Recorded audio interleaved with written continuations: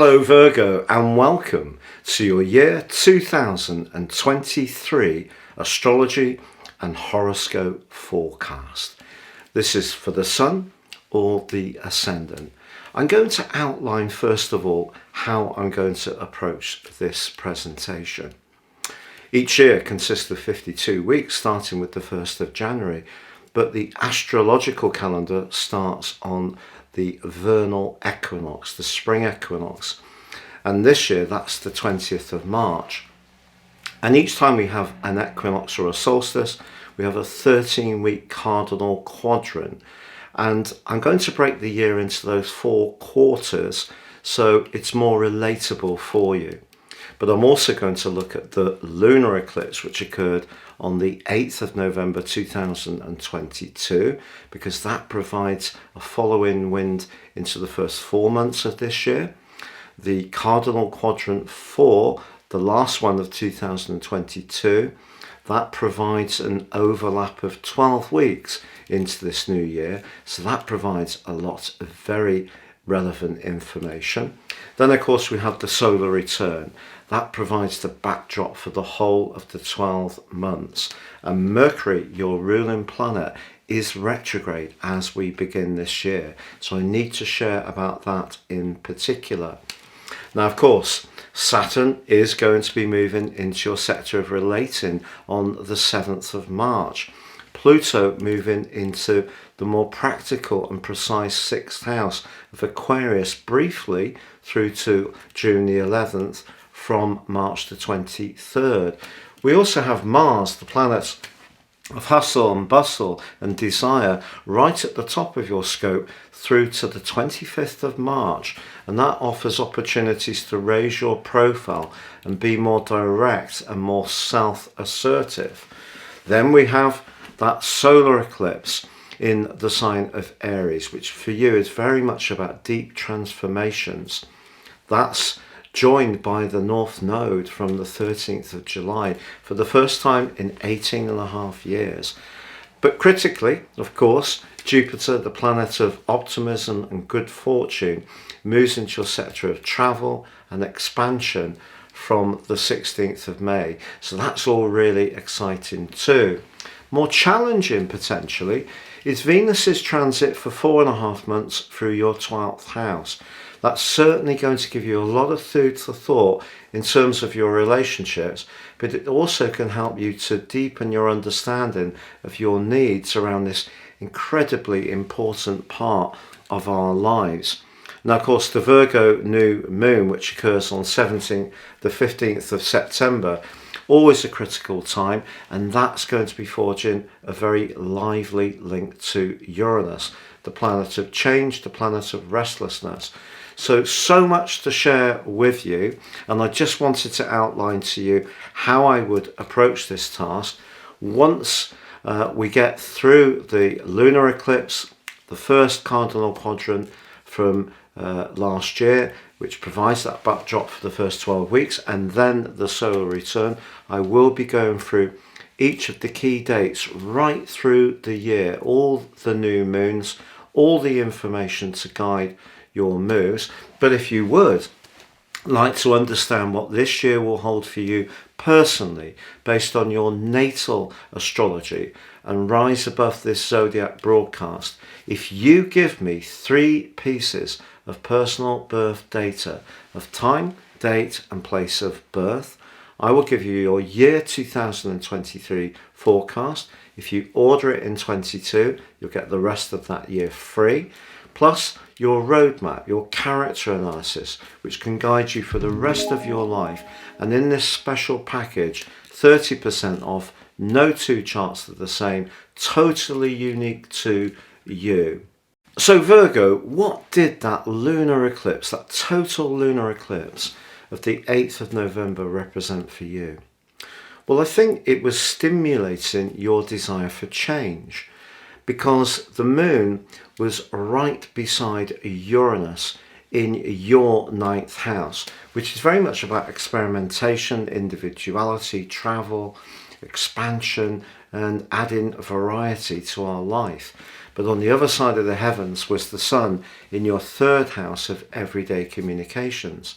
So your desire to bring a freshness to your situation then had to interact with the restrictive and restraining energies of Saturn in your sixth house, which is very much about keeping order, very much in keeping with the values of your own zodiac sign.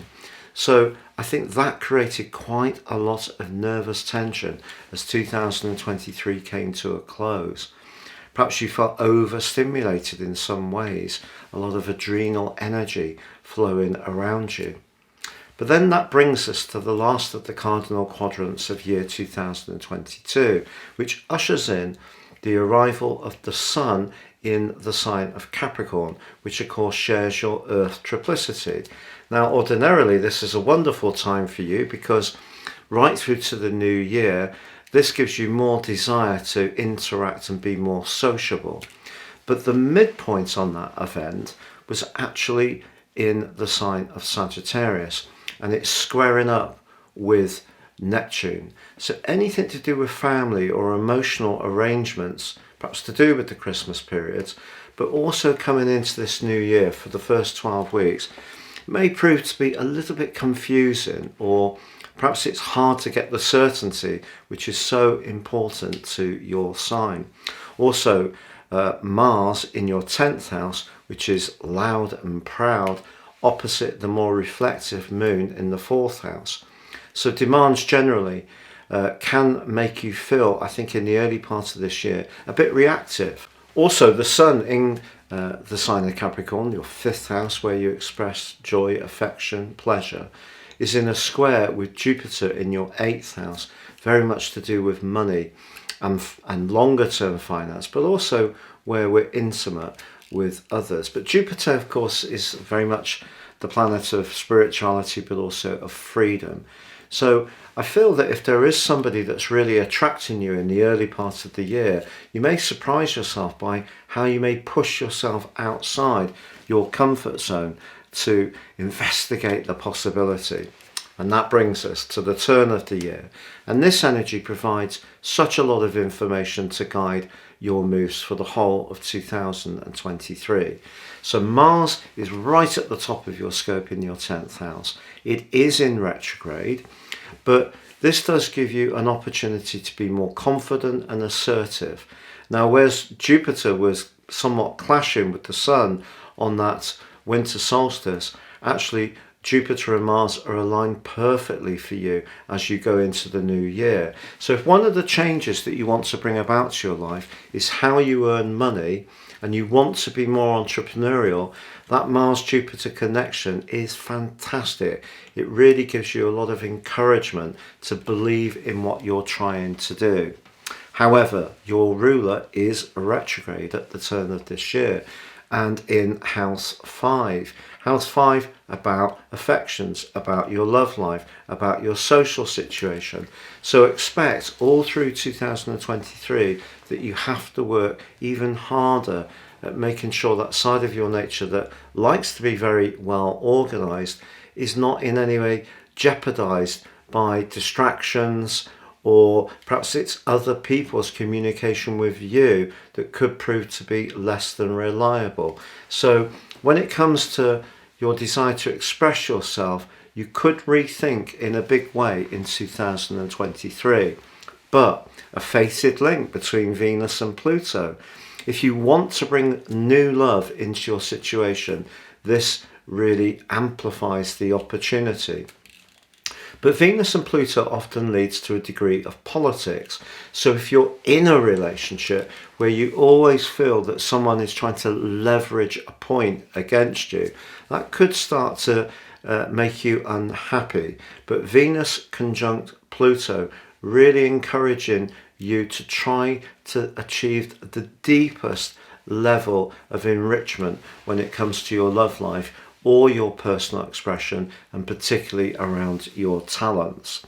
Now, the midpoint between the Sun and the Moon at the turn of the year is just under 7 degrees in Pisces, your opposite sign. So relationships, another key area for you this year, particularly with Saturn moving into your 7th house on the 7th of March.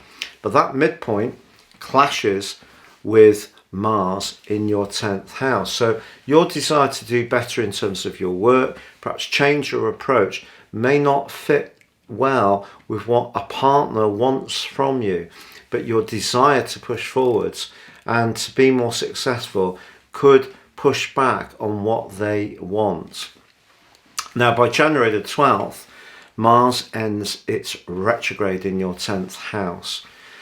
Through till March the 25th, a wonderful window of opportunity to be very progressive, self-confident and driven when it comes to your goals and ambitions. January the 18th, Mercury ends its retrograde. January the 21st, a new moon in your sector of health and well-being. But Venus is conjunct Saturn on this event. If you're in a romantic relationship where you feel that you make all the sacrifices when it comes to the domestic chores, I think you could push back on this particular new moon. But equally, you could meet someone in a romantic context in the most practical and unexpected of locations. But on January the 22nd, Uranus, the planet of freedom, the planet of independence, the planet of restlessness, the planet of truth, ends its first retrograde of this period on the 22nd.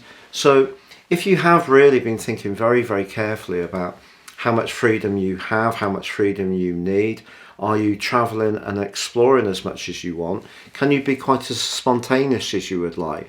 Is your life really welded in that very disciplined and sacrificing approach that's so important to many Virgo people?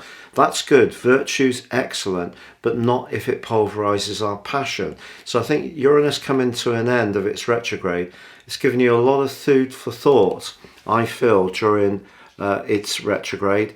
And now it's kind of saying to you, where are you up to in terms of your self-expression? February the 20th, however, sees a new moon in your opposite sign, but it is conjoining with Saturn. If you've got a weakness in a relationship, it's going to show itself at this point. Now, this is because Saturn is just in the last degree or so of Aquarius, but disassociately, it's in a conjunction with the new moon, which is right at the start of Pisces. Saturn is not asking you to end your relationship this year. It's going to move, of course, on March the 7th into your opposite sign, where it's going to be through till the 25th of May 2025, so 2.5 years. But it's really going to test the mettle. All relationships need working at. You hear people say, oh, we've been together this many years, we don't row, and all this kind of stuff. But for most people, we have to work at it, and we live in such a stimulating environment with technology and social media, and the way we connect with people is so different from years ago. It's very hard to be completely focused on our relationship. So Saturn is really saying, if you want a relationship to really work, or you want to bring one into your world, then application, hard work are going to be just as important as affection, attraction, and romance. So it's not a given that your relationship will crumble with this new moon or Saturn's arrival in the sign of Pisces, but it is a given that you're going to have to work at it. Now, March the 14th sees Mars square Neptune. Ring a bell? Well, of course, right across October and November last year, within 3 degrees, this aspect was ongoing. So once more it's back, but on an exact basis. When it comes to those professional relationships that you may have, because remember, Saturn is a very business-like planet, so it can be about those type of relationships, not just those affectionate ones. But you're seeing also that Neptune is going to be a major player this year for you. And unlike Saturn, which is about being solid, Neptune is a very dissipating, a very dreamy and drifty, and sometimes distorting energy. So that square with Mars suggests, even around a professional relationship, just be sure that someone is really representing themselves in quite the way you think, there is the potential for deceit. Now, March the 20th sees the start of the Western tropical astrological year and the arrival of the sun in the sign of Aries. For us all, this is about initiation, putting energy into the things that are really relevant, whether it's new plans or ongoing ones. But for you, it's house 8, which is very much about deep transformations. And this particular cardinal quadrant over the following 13 weeks also sees a midpoint in Pisces, your sector of relating. And guess what? It's in a conjunction with Neptune, and they're broadly squaring Mars still. So I feel that the following 13 weeks can be a time when your relationships in general are harder to qualify. You may find that someone you're drawn to doesn't ever quite open up in the way you would like, or seems to be rather mysterious, or seems to be a little bit evasive, or in an existing relationship, someone's not really giving you the substantial support you need to manifest your talents with the help of that Mars in your 10th house. So all factors for you in the following 13 weeks. However, March the 21st does see the first of 2 new moons in Aries. The second is a solar eclipse, but the first one squares Mars. And this is because Mars is coming to the end of its journey in the sign of Gemini, so it's nearly in Cancer, and the Sun and the Moon are right at the start of the sign of Aries. So this square suggests that 8th house competing with your 11th house once Mars is fully in Cancer from the 25th of March. So disassociate, but still very relevant. Just be aware that your future direction, the 11th house, is represented in the right kind of way by any business or financial decisions that you're set to make. Now, the March the 23rd sees another critical event of this year, with Pluto replacing Saturn in the sign of Aquarius. But it's only going to be here through to June the 11th. This brief sojourn could see you thinking very, very seriously about what you do for a living, but also where you're sacrificing and helpful and supportive to others. You may find that that natural ability to analyse and discriminate and sift and to find virtue and meaning in what you do, because you like to see tangible evidence that your hard work gives you a return. I think Pluto moving into the 6th house, but particularly at the start of January 24, when it begins a much longer journey there, I think it is likely that your job or way of working or your attitude to your diet, fitness and health are set to change radically in the years to come. March the 25th, Mars makes its way into your 11th house. This is a terrific location because Mars is about our individuality, but the 11th house is the collective. So it's a good balance because we can be ourselves but still network and collaborate with others. So even though Mars itself in the sign of Cancer is in full, I think for you personally, this gives you an opportunity to make sure that you're catching up on your friendships and doing a little bit of socializing. But April the 20th, 21st sees that Aries solar eclipse. And this provides a backdrop for the next 6 months. So this is really important. And it also combines with Jupiter in a conjunction. Over this next half year, there's every opportunity for you to improve your financial situation. Now, I know and totally respect, because it's affecting every single one of us, that the cost of living has gone up quite incredibly, and that's proven to be really challenging. But your ability to squeeze more out of your budget or to use Enterprise Jupiter to bring more money in is really going to be maxed up. And with Pluto squaring the both, your ability to be quite creative in your approach and use your natural organizational skills and ability to be very meticulous could see you really making a big push for some kind of change that may require sacrifices. It may also be important to remember not to try too hard, because when the Sun, the Moon and Jupiter are together squaring Pluto, Pluto can influence the dark arts. So, if you follow your ethics and go about things in a way which is fair and decent, but work incredibly hard, there's every chance you can make progress. However, your ruler does go into retrograde on May the 1st, this time in your sector of travel. So if you are thinking between then and May the 15th of jetting off anywhere, or you're thinking about signing a contract, everything will need even more of your natural meticulous energies. But May the 5th and 6th, we get the reverse mirror image of the lunar eclipse, which occurred on the 8th of November last year. This time it's the Sun and Uranus together, and on the other side of the heavens it's the Moon in the deep and passionate Scorpio. Your ideas are going to be very important to you. Is someone blocking or inhibiting your ideas close to you? This one is not inhibited in the way that Saturn impacted on that one last year, but it's still asking some serious questions about your need for extra sparkle in your life. Are you getting it? Now, May the 16th, one of the standout moments of the year for your sign, because Jupiter moves to support Uranus in your 9th house.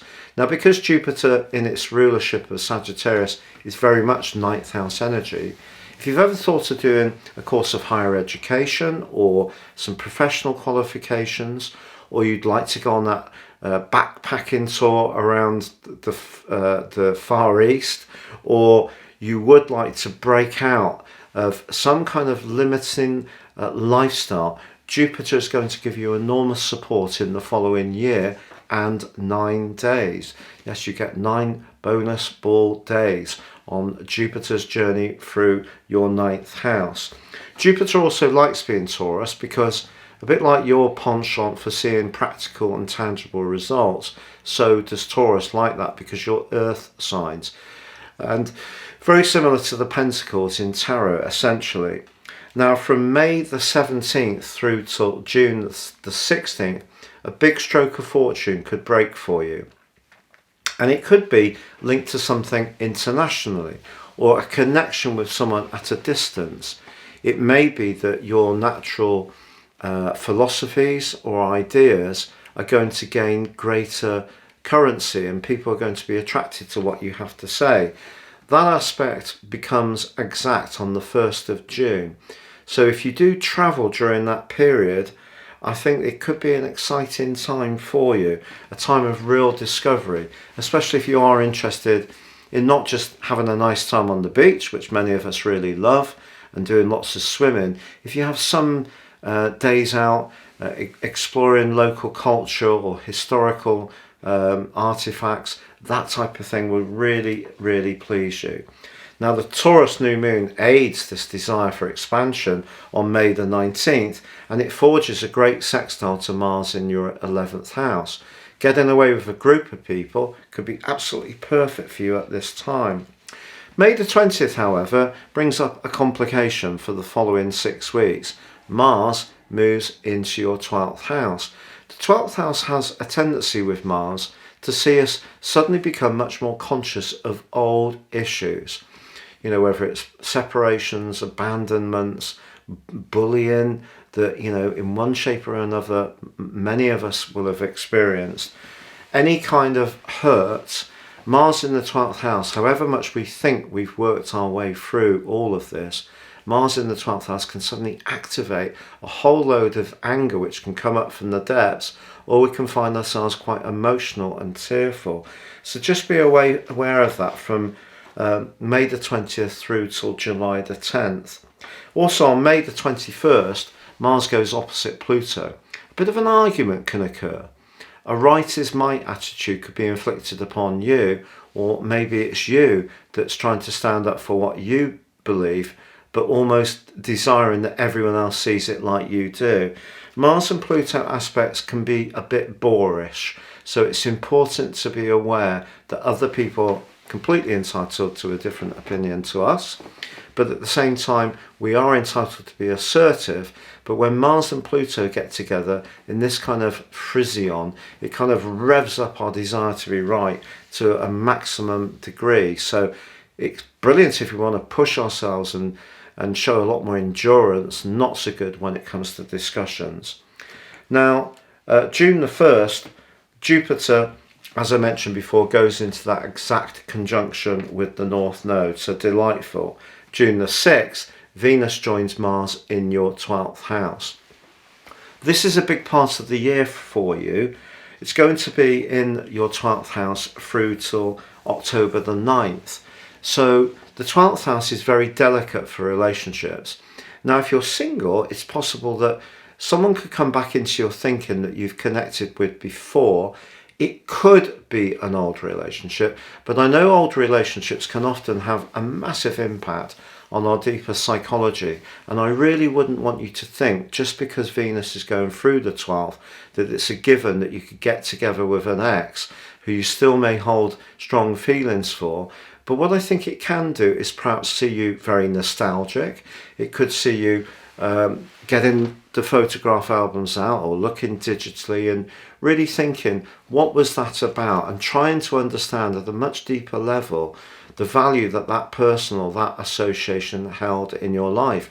Could even be reminiscent about a family member that's passed away as well. Venus in the 12th house can also point towards clandestine relationships or getting to know someone in a very slow way. So neither side is exposing themselves emotionally too quickly.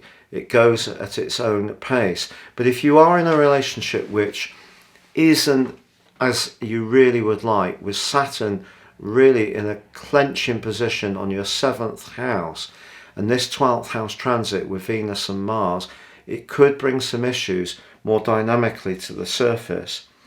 However, June the 11th sees Pluto return back to your 5th house. 5th house, obviously romance.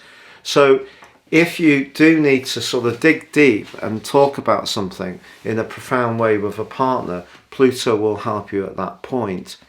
Now, Saturn also then goes retrograde. So a very important phase of the year. It's going to be rewinding through to the 4th of November. So a lot of food for thought about not just what you want in relationships or how you see it, but also understanding more what the other person needs from you or how they see it, which may be entirely different. Communication these days seems to be very much about send, not receive. You know, we see lots of opinions being expressed on Twitter, for example. It's not so much a considered debate. It's a sharing of views and then obviously flying the flag, you know, of our values in a public way. That's not helpful in a romantic relationship or any kind of close association, because the thing with Saturn is we need to respect. And obviously Pisces is a very gentle, emotional sign in some ways. So Saturn's cooling down your relationship zone. So it's making you a little bit more aware, I think, of the downside. So you need to challenge yourself if your thinking does become overly pessimistic or critical. Now, the Gemini new moon of June the 18th flags up your talents, but it squares Neptune. And this is the thing with this year. Neptune is incredibly important. So again, a little bit of confusion about relationships in your professional situation. June the 21st, the summer solstice sees the sun arrive in Cancer. The next 13 weeks for us generally, very much about security, nurture, and feeling safe. But for you, this is actually a very sociable location in your solar horoscope. But also Venus is conjunct, I should say more formally, Mars on this event. And that can mean that through your social situation, a mystery admirer could emerge right through to the time of the autumnal equinox. Now, this person may be somebody that you don't know. It could be someone you do know who's not actually so far had quite the courage to share how they feel. But watch out for those non-verbal signals, the way someone looks at you, the way they smile. Are they very attentive to you in conversation? Those are some very important clues. Now, despite Saturn's retrograde, it actually forges a brilliant link with Jupiter at this juncture of the year. If we go back to the solar return, you'll remember that Jupiter and Mars were equally well aligned, but across your 8th and 10th house, very much about work and professional and financial aspirations. This one, Jupiter is in your 9th house of travel, Saturn in the 7th house. Perhaps a great way to re-engender the spark between you and a partner is to get away from it all. So a real opportunity in that quadrant of the year. Now the North Node on July the 12th moves into your 8th house. 8th house is very deep, it's very transformational, it's very psychological, it's where things make way. But it can, in a more prosaic way, be about money. But the North Node is almost like our collective instinctive belief. So we're all going to become much more attuned to the enterprise of the sign of Aries. But for you, the 8th house means diving beyond the more practical, logical domain that you often inhabit, because your ruler is the rather detached and cool Mercury. So this North Node over the next years through till the 29th of January 25 is really asking you to get much more aware of the psychological dimension in your existence. Now the Cancer new moon of July the 17th is great for friendships. It's also forging a brilliant link to Uranus. You could find yourself being invited last minute to something really exciting, and it could be to do with some kind of group travel, where someone may have dropped out or it wasn't possible for them to go as they hoped. Then you could step in and have an opportunity. Also, anything to do with just living in the moment is really emphasized by that Cancer new moon. And also when it comes to your highest principles, because Uranus is about that. It is about the highest truth. The 9th house is about philosophies.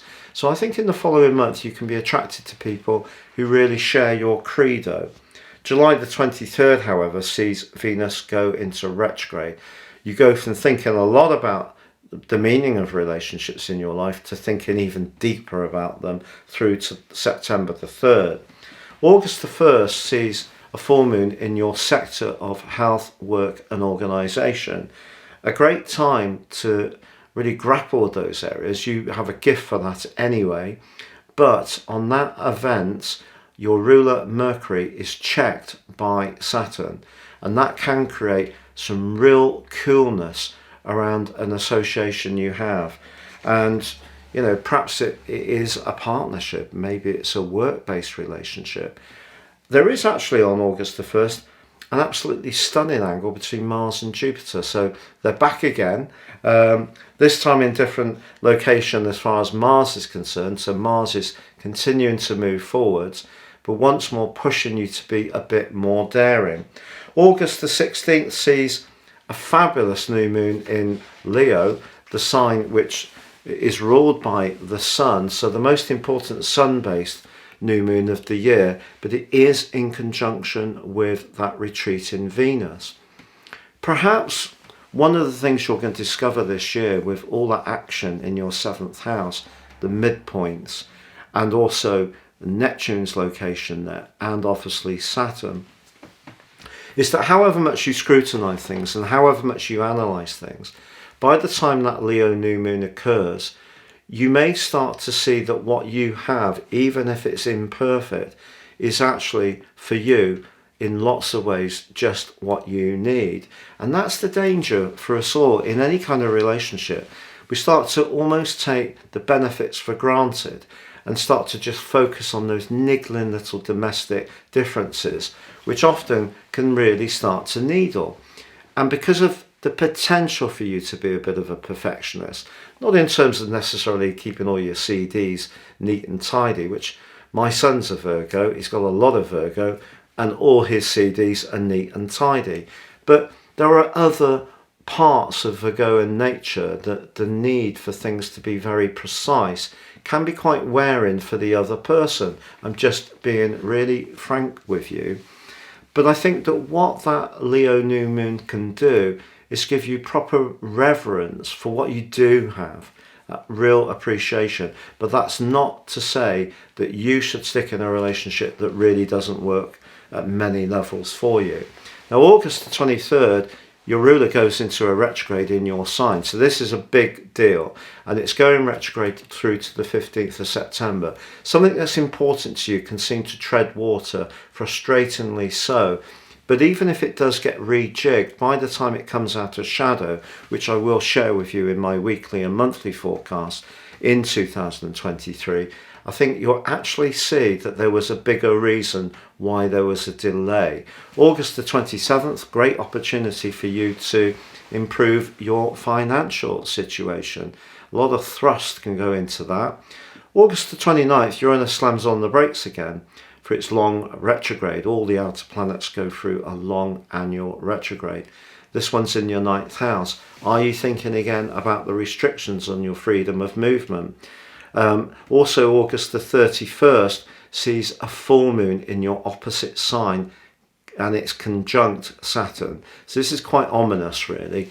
If that relationship just isn't working for you, the following 2 weeks may see you make some critical decisions, particularly once Venus goes direct on the 3rd of September. But Jupiter goes retrograde on September the 4th, pretty well to the end of the year, the 30th of December. So if you do need to consult someone in the legal profession about a contract, about a relationship, then Jupiter retrograde suggests that advisors are going to be important to you.